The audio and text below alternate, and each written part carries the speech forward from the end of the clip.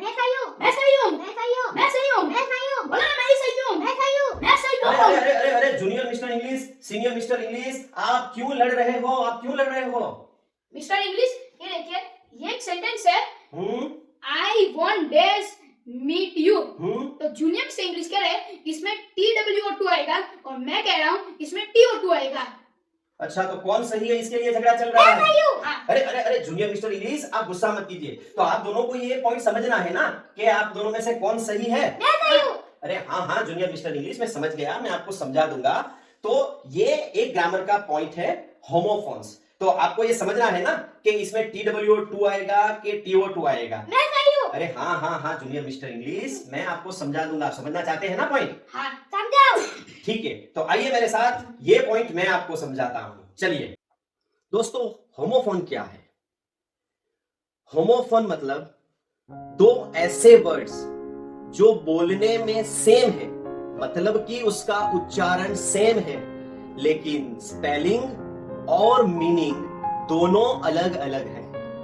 फिर से बताता हूं मैं आपको, होमोफोन मतलब दो ऐसे वर्ड्स जो बोलने में यानी कि उच्चारण में सेम है, लेकिन उसके स्पेलिंग और उसके मीनिंग अलग अलग है। जैसे कि I will see you और I was swimming in the sea। दूसरा उदाहरण, I want to meet you और I have two pens। तो I will see you में आएगा SEEC, मतलब देखना,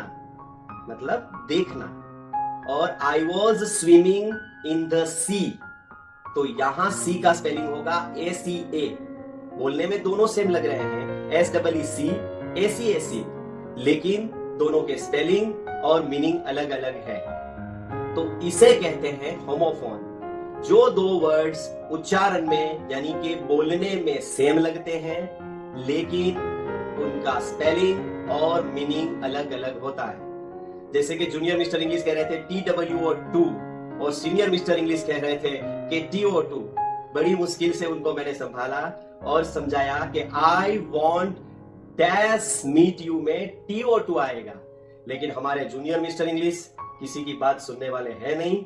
बहुत मेहनत के बाद मैंने उनको समझाया कि TWO का मतलब 2 यानी 2 होता है, और TO2 का मतलब I want to meet you, मतलब वो प्रीपोजिशन है, वो आपसे मिलने की इच्छा रखता है।